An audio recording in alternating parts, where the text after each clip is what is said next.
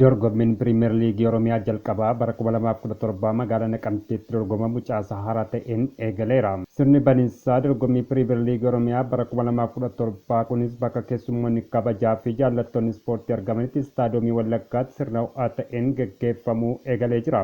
Ispoortitoonni maarshaal aartii magaalaa Naqamtee agarsiisa ispoortii garaagaraatiin dorgommicha haala hawwataa fi miidhagaa ta'een saaqaniiru.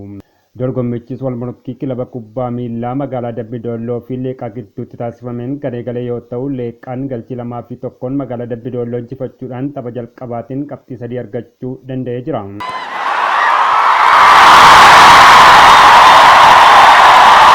Hoogganaa itti aanaa fi hoogganaan damee ispoortii biroo dargaggoo fi ispoortii Oromiyaa obbo Dassaaleny Xilahuun akka naannootti ispoortitoota ciccimoo naannoo fi biyya bakka bu'uu danda'an horachuuf hojii bal'aan hojjetamaa jiraachuu kaasuun dorgommiin kunis agarsiiftuu hojii kanaa ta'uu sirna baniinsa dorgommichaa irratti himaniiru. Kaayyoon isaanii guddaan carraan ispoortitoota keenya akka bal'atuu fi naannoo keenyatti poteenshaalli ispoortessaatiin jiru dabalaa waan dhufeef qaama kanaan carraawwan dargaggoota keenyaaf irra guddaa bal'isuutiin sadarkaatiin liigiiwwan Oromiyaa akka inni dorgogamu taasifameera. Kanaanis bara kana gurmaa'insoota ispoortii cimsaa dhufne keessatti baay'een hojiin hojjetamee bu'aansaa kanaan madaalamaa jechuudha. Gurmaa'insoota kilaboota ijaaraa turreerra.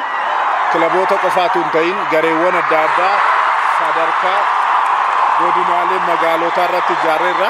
Inni kun bu'a qabeessa taasifneerra jechuudha. Isaan kanaanis Piriimeer Liigiin naannoo Oromiyaa keessatti yeroo jalqabaa baname lixa Oromiyaa magaalaa Naqamtee keessatti jalqabame hojii ajaa'ibsiisaa fi Piriimeer Liigii biyyattii biyyuu sodaa dhadhee yaada.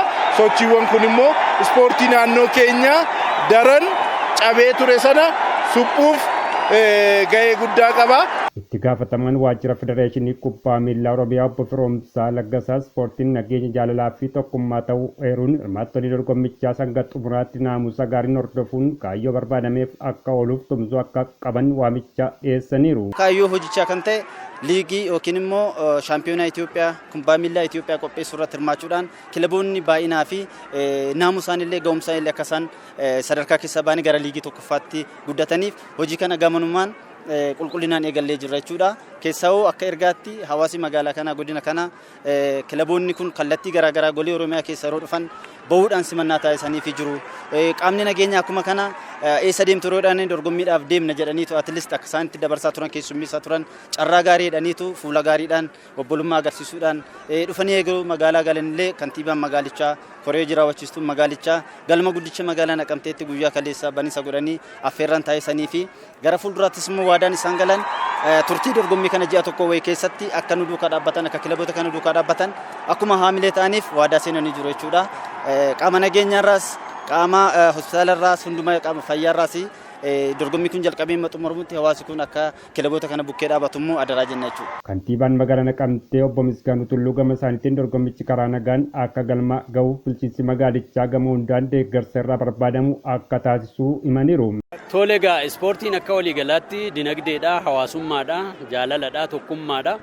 Kanaafi hawaasni magaalaa Naqamtee taphattoota guutuu Oromiyaa keessaati gara magaalaa keenya dhufan kana jaalalaa fi simannaa qabaniif itti agarsiisanii akka daa'ima isaaniitti fudhatanii simatanii nageenya isaanii eeguu keessatti gahee isaanii akka ba'an akkasumas taphi kun nagaan akka inni xumuramu uummatni magaalaa Naqamtee hundiniyyuu gahee isaa akka inni bahu taphattoota turtii tapha kanaa magaalaa keenya keessa turan immoo sirriitti akka simatanii fi jaalala qaban simannaa qaban akka itti agarsiisan akka daa'ima isaanii ijoollee isaaniitti kunuunfatanii akka tursanii fi nagaa ijoollee kanaa fi taphattoota kanaa sirriitti akka eeganii dhaamsa koon dabarsa. Hirmaattonni dorgommii Piriimeer Liigii Oromiyaa jalqaba kanarratti hirmaatanis seenaa keessatti isaan carra qabeessadhas jedhamaniiru.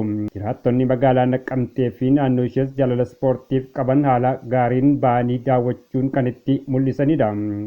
Dorgommichis kilaboota 11 hirmaachisuun kan eegale yoo ta'u ji'a tokkoof akka turuu danda'u sagantaan bahee kan mul'isudha.